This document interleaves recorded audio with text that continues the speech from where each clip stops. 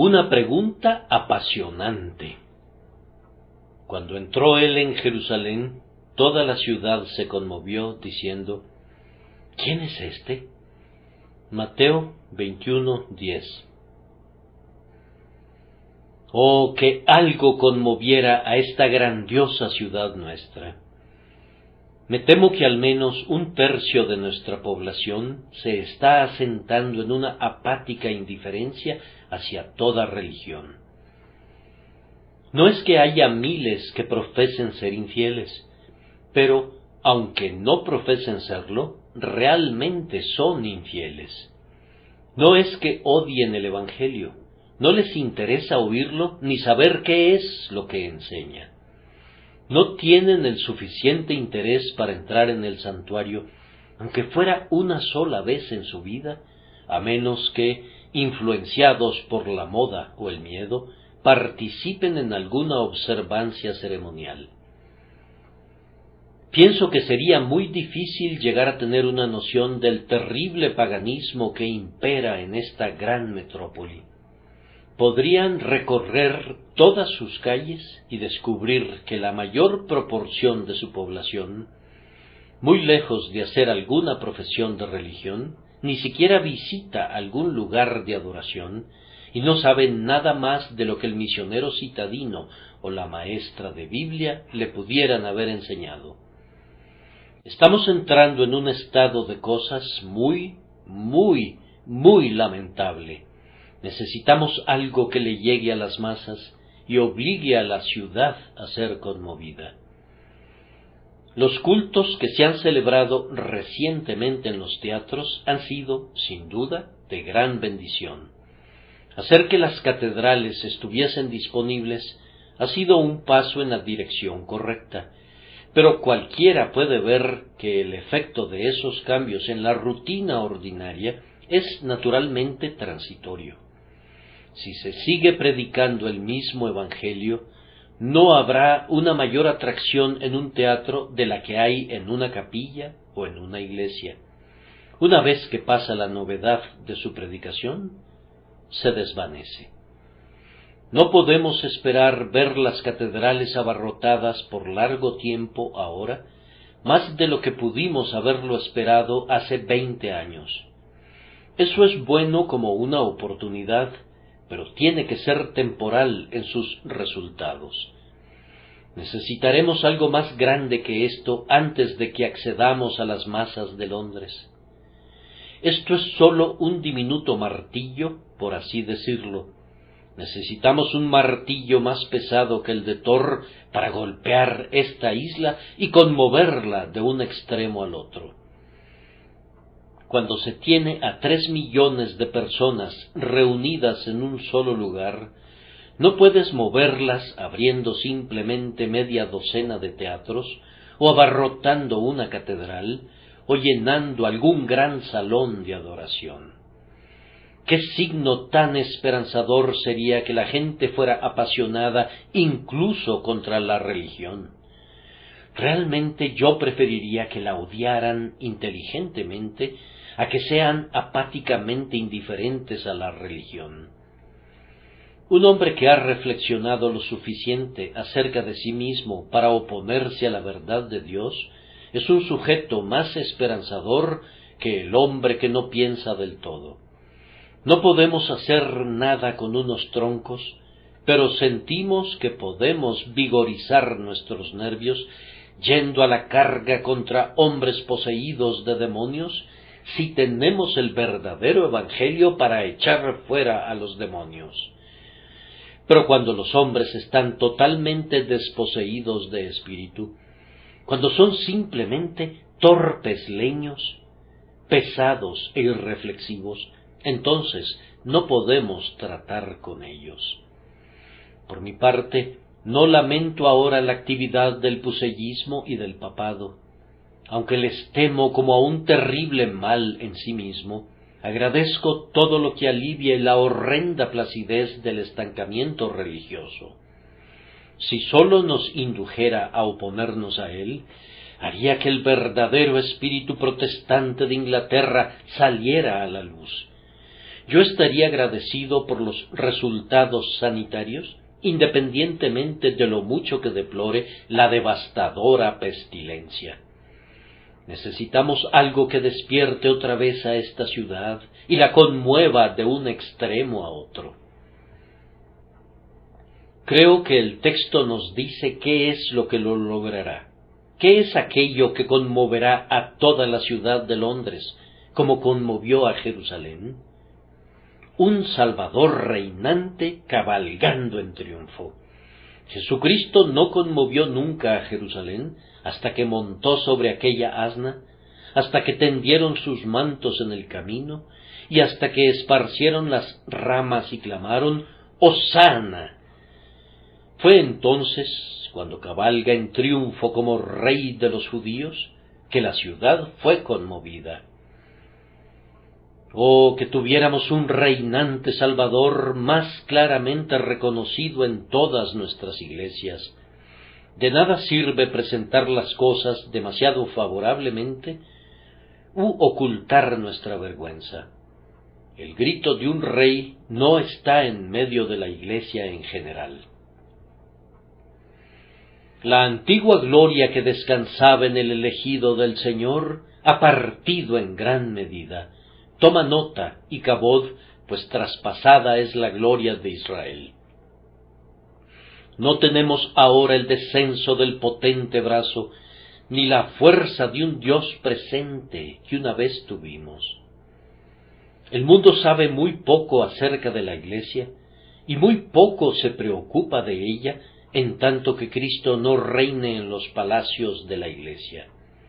Desplieguen la bandera del Rey, proclamen su entrada, den a conocer su residencia, y sin dilación se levantarán los reyes de la tierra, y príncipes consultarán unidos contra Jehová y contra su ungido, diciendo, rompamos sus ligaduras, y echemos de nosotros sus cuerdas. ¿Cuál era aquella iglesia que turbaba a la Edad Media? Pues una iglesia constituida por hombres que arriesgaban sus vidas hasta la muerte, hombres que se levantaban y predicaban a altas horas de la noche a los pocos asistentes que eran lo suficientemente valerosos para oírlos, hombres que en otros tiempos podían desafiar al tirano y enfrentarse cara a cara con el cardenal o el papa y decir la verdad, pasara lo que pasara. Aquellos eran hombres que tenían en medio de ellos a un Salvador reinante. Aunque eran pocos y débiles, ese ejército intrépido sometió al mundo. El Vaticano tembló. Las palabras que decían, sustentadas por el carácter del que daban muestras, caían como centellas a su alrededor. ¿Quieren indagar, hermanos míos, sobre los sencillos pero santos siervos de Dios que trajeron una reforma a Inglaterra? Eran hombres que reconocían a un Salvador reinante. La Iglesia estaba representada por hombres en cuyos corazones realmente moraba Jesucristo, hombres tales como Wycliffe y sus sucesores. Iban de mercado en mercado, contando sólo con medias páginas o páginas enteras de la palabra de Dios, usándolas tan rápidamente como pudieran ser impresas. Las leían en las esquinas de las plazas, iban de un lugar a otro, predicando con lenguas de fuego y con un lenguaje sencillo, el Evangelio puro y sin adulteración, y pronto incendiaron a toda Inglaterra.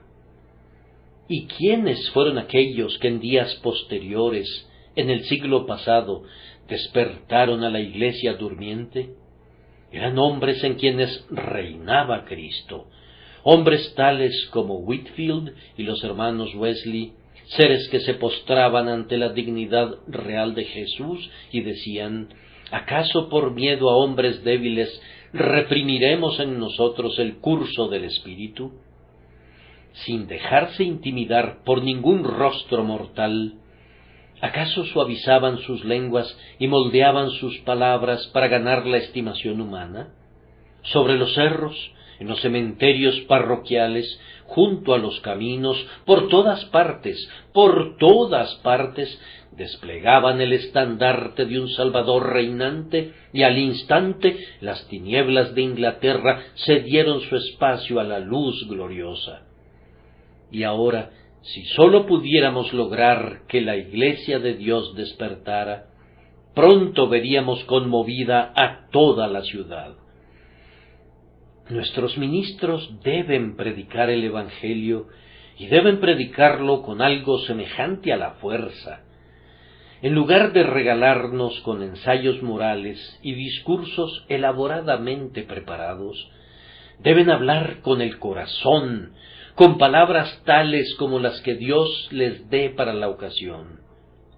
Los miembros de la Iglesia deben apoyarlos con un celo vehemente, con ferviente oración e incesantes labores. No necesitaríamos ninguna otra cosa para conmover a esta ciudad de un extremo al otro. Oh, ver al Salvador cabalgando en su medio y oír las aclamaciones, mientras los jubilosos convertidos aclaman como los niños de los tiempos antiguos: «Hosana al Hijo de David, bendito el que viene en el nombre del Señor». Las antiguas atracciones de la cruz no han partido.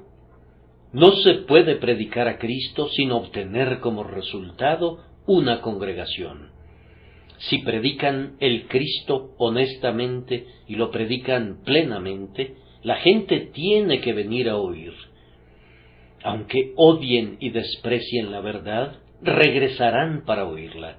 Girarán sobre sus talones y dirán: «No podemos soportarla», pero la siguiente vez que se abran las puertas, allí estarán. El Evangelio los toma por la oreja y los detiene. Tiene una influencia secreta y misteriosa, incluso sobre los corazones que no lo reciben, para forzarlos al menos a prestar los oídos para oírlo. Entonces la Iglesia despertará, y se logrará esa influencia por medio de la cual la ciudad entera será conmovida. Pero cuando hablamos de la Iglesia, me temo que nosotros escondemos a menudo nuestros propios pecados bajo una declaración contra la Iglesia. Vamos, ustedes son la Iglesia. Ustedes no deben atar a la Iglesia como una víctima temblorosa y flagelarla. Átense ustedes mismos y que el látigo caiga sobre sus propios hombros. Si ustedes y yo tuviéramos un Cristo reinante en nuestros corazones, ayudaríamos a conmover a la ciudad. ¿Me preguntas qué quiero decir con eso? No me refiero a la manera en que algunos de ustedes muestran la calidad de su fe por la cantidad de sus frutos. Tus convicciones y tu conversión asumen una forma muy moderada. Las mantienes muy a raya. Tiras de la rienda sobre los movimientos del corazón. Tu religión nunca se desboca, nunca. Eres un hermano muy prudente. Tú nunca serás culpable de nada parecido al entusiasmo, y nadie escribirá con tiza jamás la palabra fanático en tu espalda. Nunca conmoverás a la ciudad, amigo mío, no hay temor de eso. Mientras las súplicas que deberían hacer arder tu corazón se congelen en tus oídos, no conmoverás nunca a la ciudad. Mientras los temas que deberían postrarte en tierra en humildad de espíritu y luego remontarte como sobre alas de águilas en un rapto de deleite no te afecten del todo y sigas imperturbable como una piedra, nunca conmoverás a la ciudad. Pero si tú y yo sintiéramos que las cosas en las que creemos son de primordial y suprema importancia, que son dignas de vivir por ellas y dignas de morir por ellas, que no hay nada más, de hecho, en todo el mundo que sea digno de cuidado o de atención, excepto estas cosas, entonces, amados, pronto veríamos a la ciudad conmovida.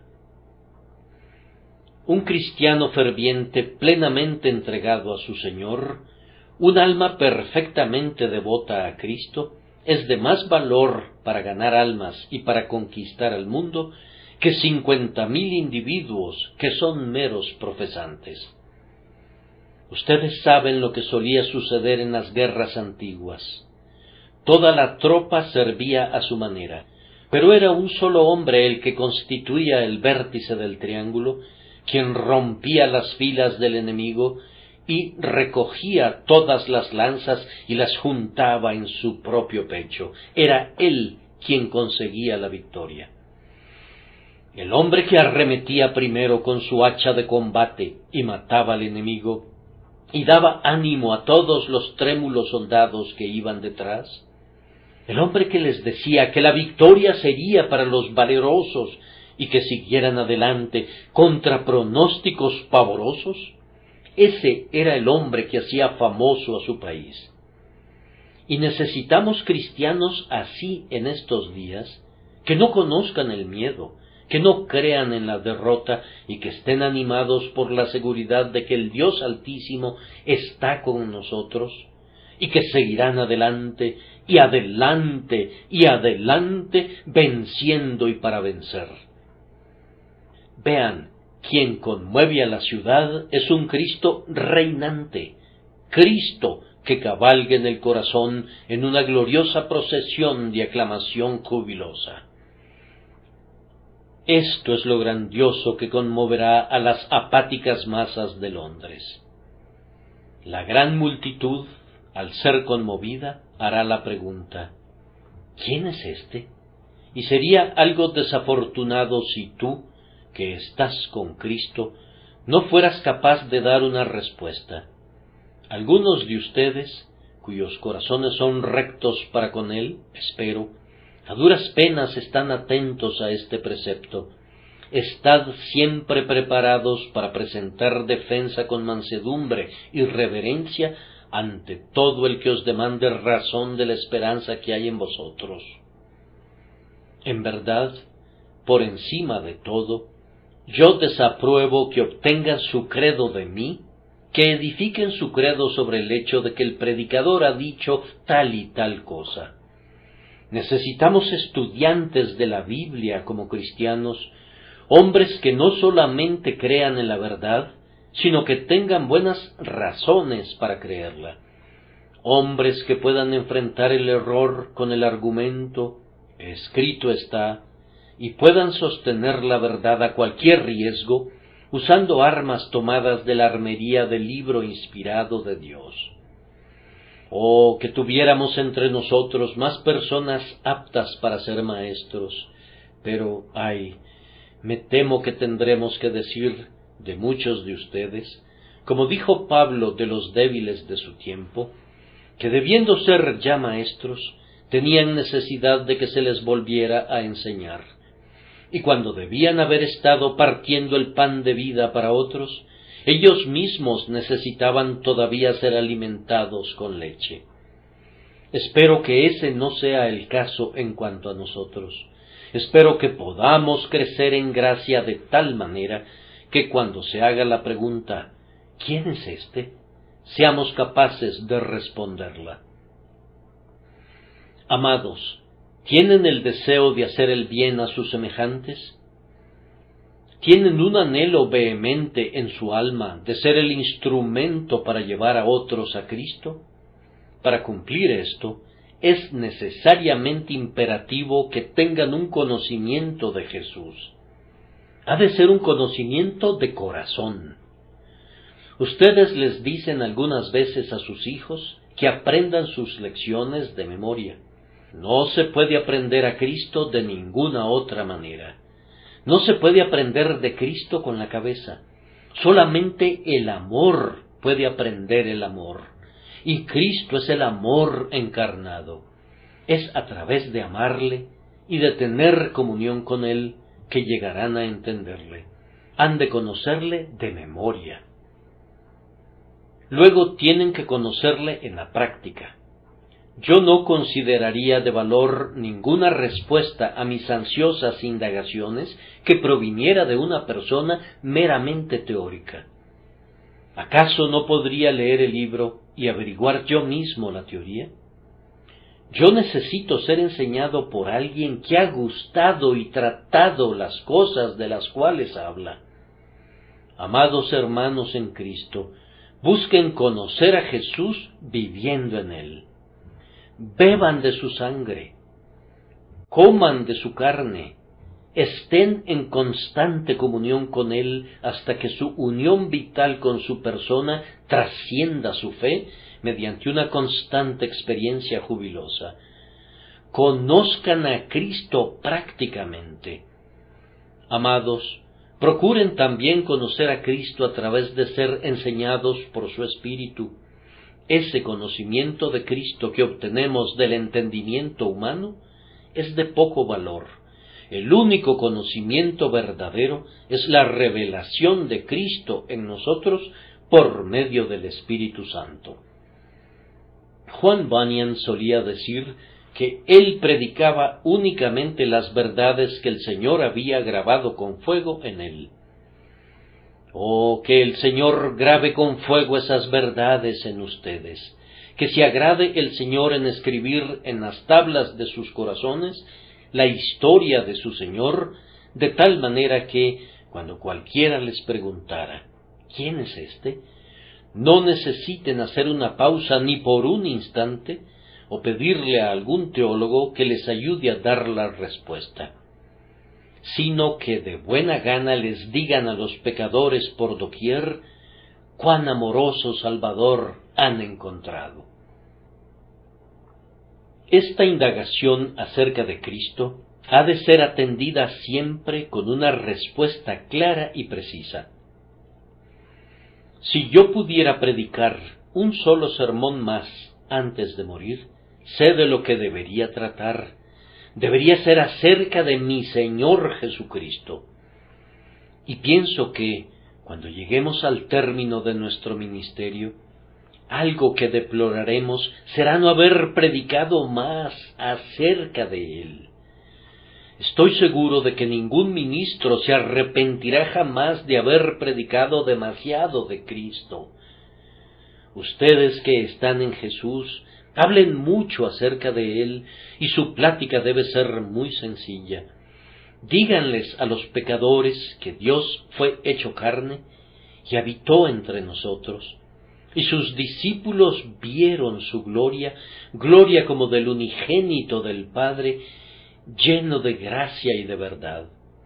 Díganles que Él vino a esta tierra como un sustituto de su pueblo, que su vida santa es tomada como la justicia de ese pueblo, que sus sufrimientos y muerte constituyen una expiación completa y apaciguan la ira de Dios por todos sus pecados. No permitan que se pierda nunca una oportunidad de proclamar la doctrina de la sustitución. Ese es el núcleo del Evangelio. El pecador está en el lugar de Cristo, y Cristo está en el lugar del pecador. Nuestras deudas con Dios son pagadas por Cristo. El castigo de nuestra paz fue sobre Él, para que tuviéramos paz por medio de su castigo.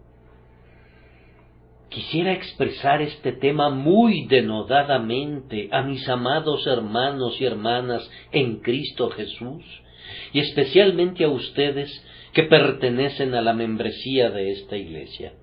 En cada ocasión, y especialmente cuando reciban, aunque sea media invitación para hacerlo, hablen en lo concerniente a la persona de Cristo como Dios y hombre, en lo concerniente a la obra de Cristo de tomar la culpa humana y sufrir por ella, en lo concerniente al valor de esa obra y de su capacidad de quitar todo tipo de pecado y de blasfemia.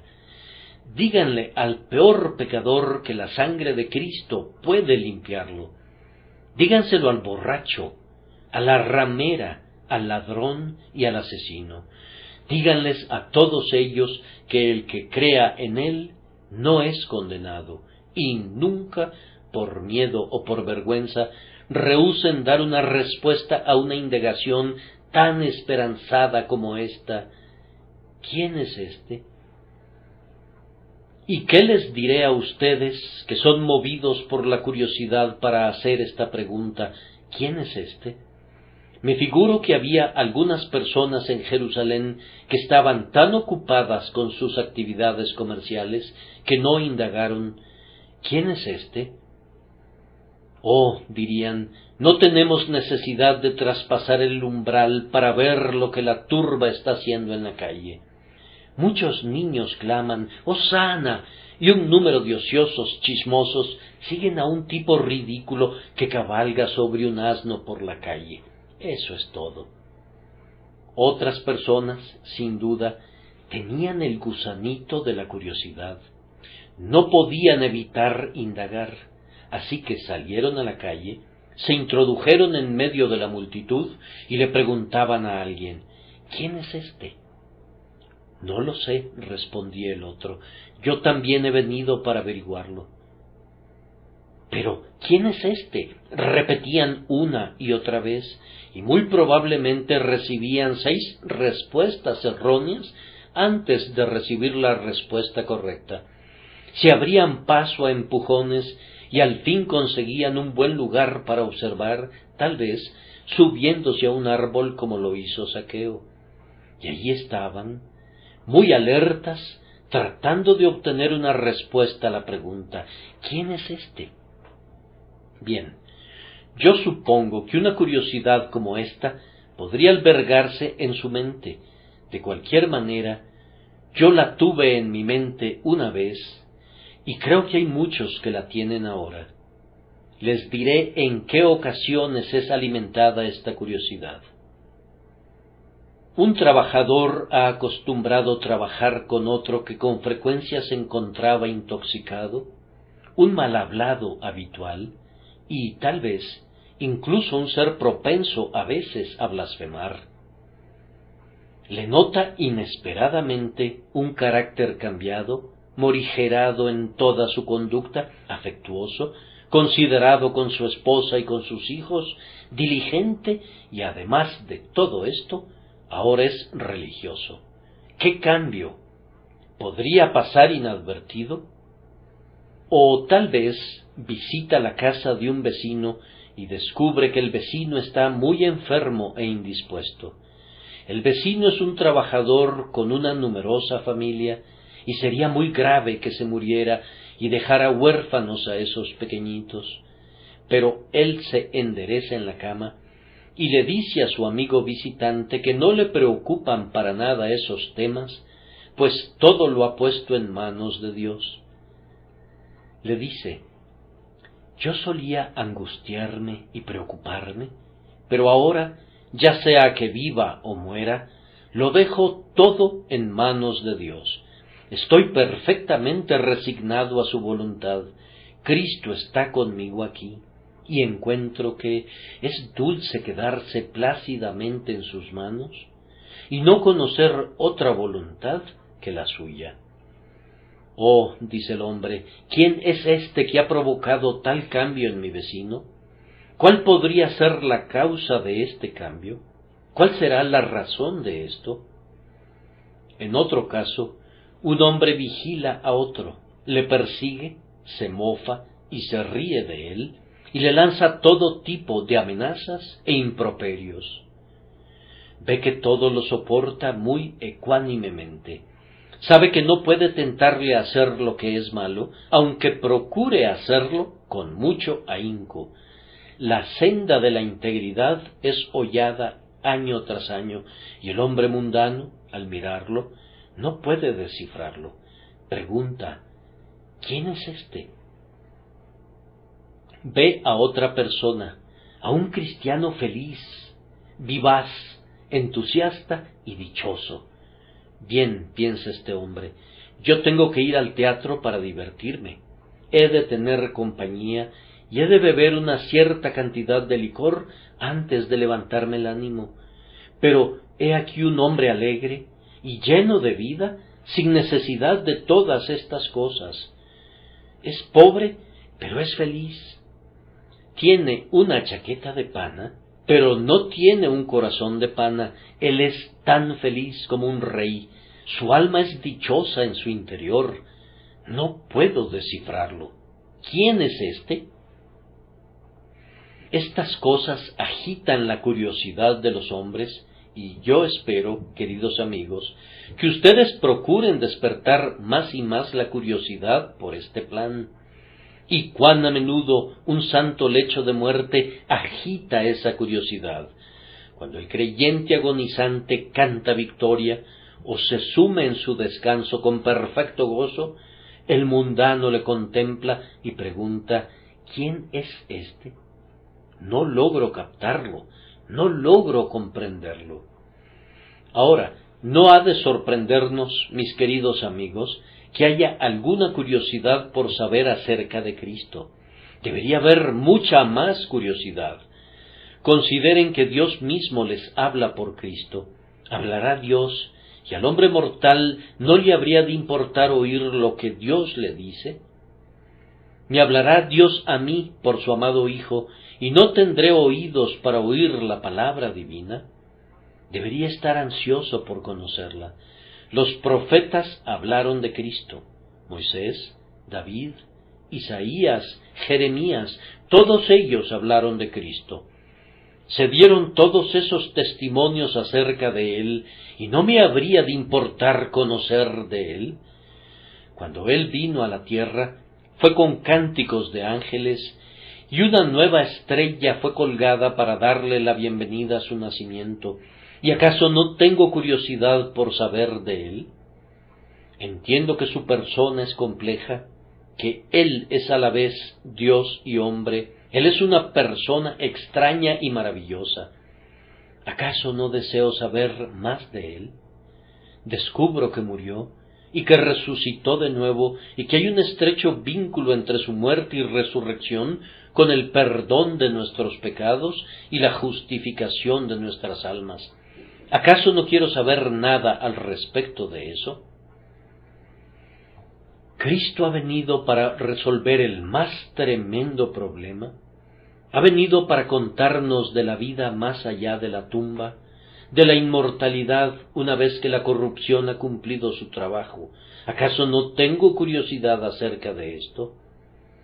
El sangrante Salvador, clavado en la cruz, le dice a todo hombre aquí presente que tenga alguna curiosidad en su naturaleza: ¿no os conmueve a cuantos pasáis por el camino?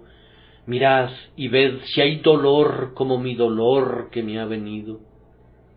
Yo alabo la curiosidad que los condujera a saber más de Jesucristo. Estudien mucho este bendito libro, curiosea en esos misterios que hablan mucho de él, y has de hacerlo hasta que recibas una respuesta a esta pregunta: ¿quién es este? Podría haber en esta casa de oración algunas personas que estén haciendo la pregunta en positiva ignorancia: ¿quién es este? Pienso que no debemos dar por hecho que toda nuestra congregación entiende el Evangelio, pues no todos lo entienden. Un gran número de nuestros oyentes no entienden el simple mandamiento: cree y vivirás, que Dios ha escrito muy claramente en la Biblia. Yo recibo algunas veces cartas de personas que han oído el Evangelio predicado aquí, que me consternan. La forma en la que mis corresponsales miran las cosas parecen concluyentes de que no han leído la Biblia nunca. Se imaginan que mi predicación y la de todos los demás debe ser cambiada para adaptarse a algún capricho o antojo suyos. La ignorancia señalada en nuestro texto era extraña, pues Cristo había visitado Jerusalén y había estado allí obrando milagros, y sin embargo la gente preguntaba: ¿quién es este? Y Jesucristo es predicado en la propia calle donde vives. Puedes oír acerca de él al aire libre si quieres, en el ministerio de algún predicador callejero. El misionero citadino te hablará acerca de él.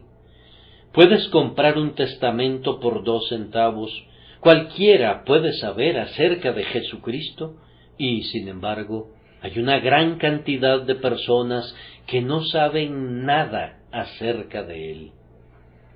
Pero, ¿acaso la ignorancia acerca de Jesucristo no es voluntaria en esta época?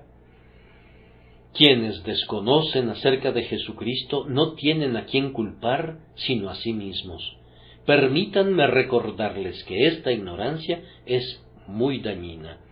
Por culpa de ella pierden mucho gozo y consuelo aquí abajo, además de los riesgos del más allá. La ignorancia acerca de Jesucristo será fatal para el bienestar de tu alma. Puede ser que no sepas leer, pero si conoces a Cristo, podrás leer tu título de propiedad de una mansión en el cielo. Es malo que un hombre no sepa algo sobre todas las ciencias, pero un individuo puede ir muy bien al cielo, aunque solo sepa la ciencia de Cristo crucificado. No conocer a Jesús te dejará fuera del cielo, aunque poseyeras todos los títulos de todas las universidades del mundo escritos a continuación de tu nombre. La ignorancia acerca de quién es el Salvador de los pecadores resulta en ignorar el remedio de la enfermedad de tu alma, ignorar la llave que abre la puerta del cielo, ignorar quién puede encender la lámpara de la fe en los sepulcros de la muerte. Oh, les suplico que, si han sido ignorantes hasta este momento acerca del Salvador, no se queden satisfechos hasta conocerle.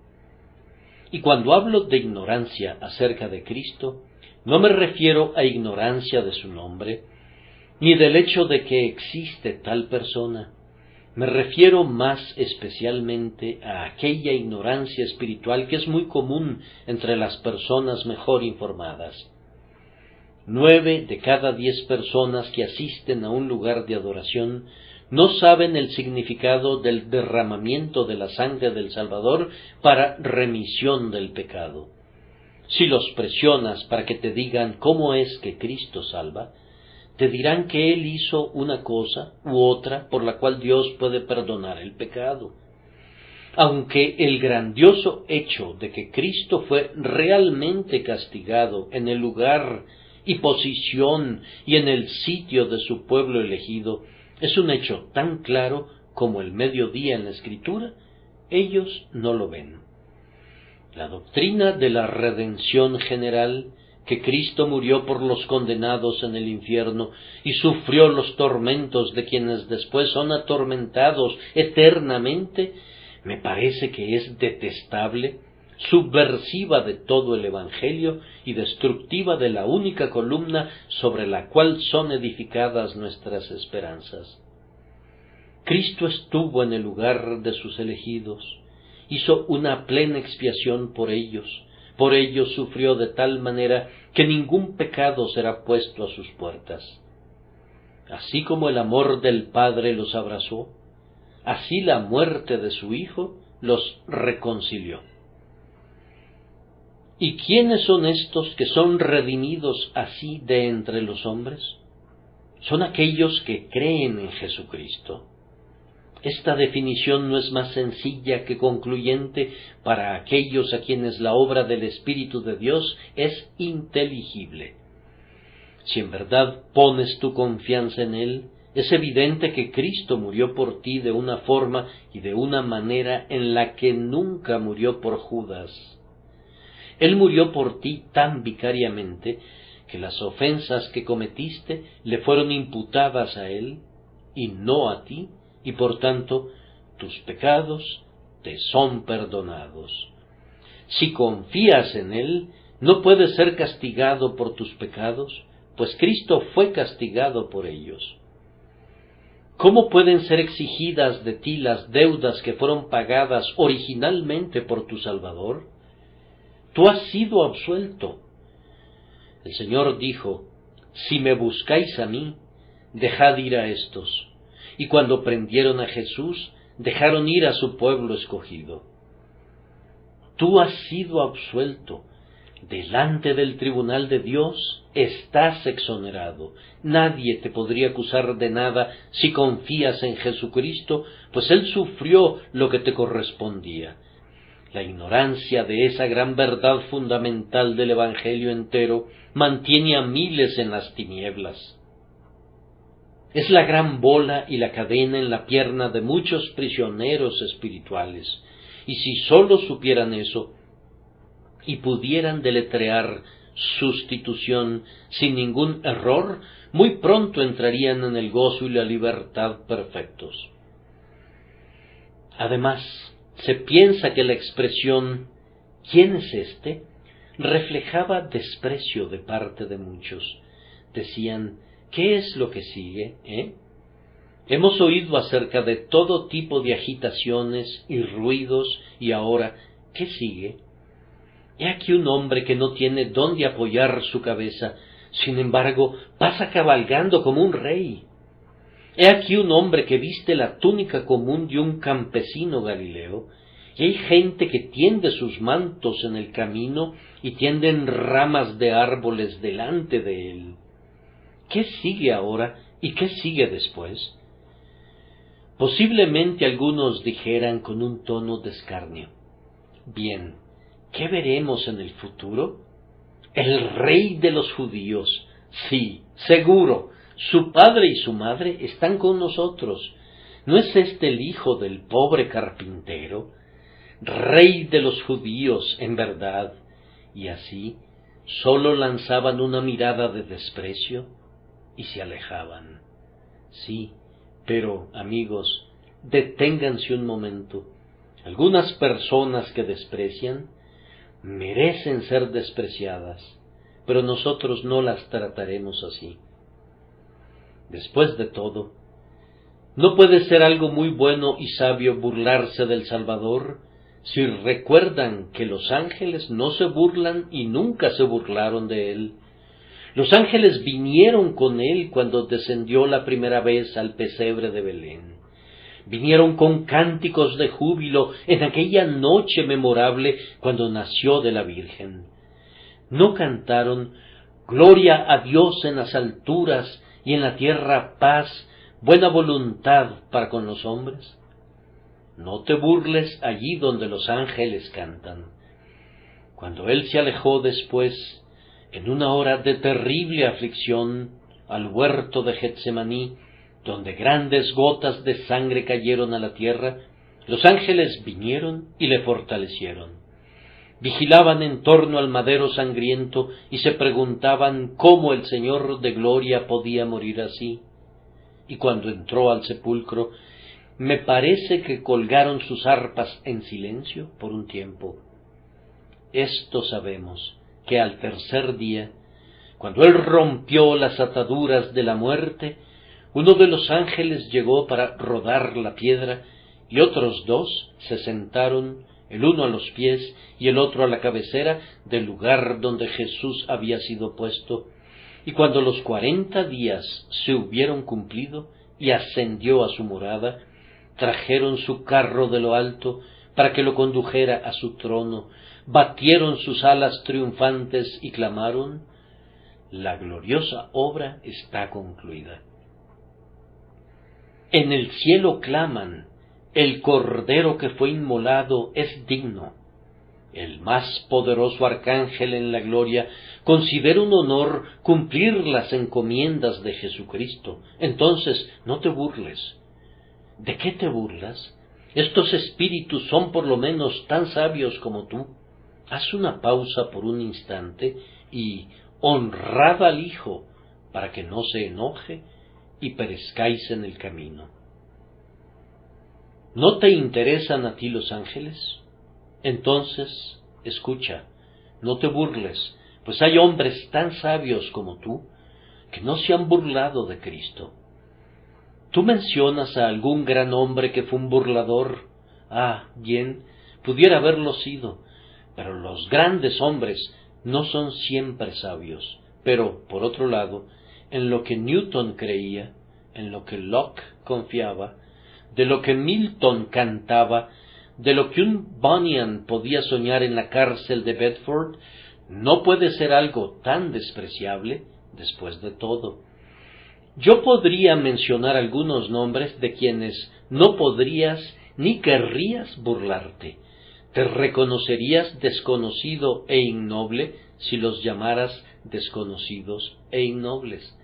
El nombre que estos hombres, grandes incluso en la estima de ustedes, consideraron digno de su más alta reverencia, no deberían reprocharlo ustedes con tanta facilidad. Vamos, amigo mío, analiza tú también este problema.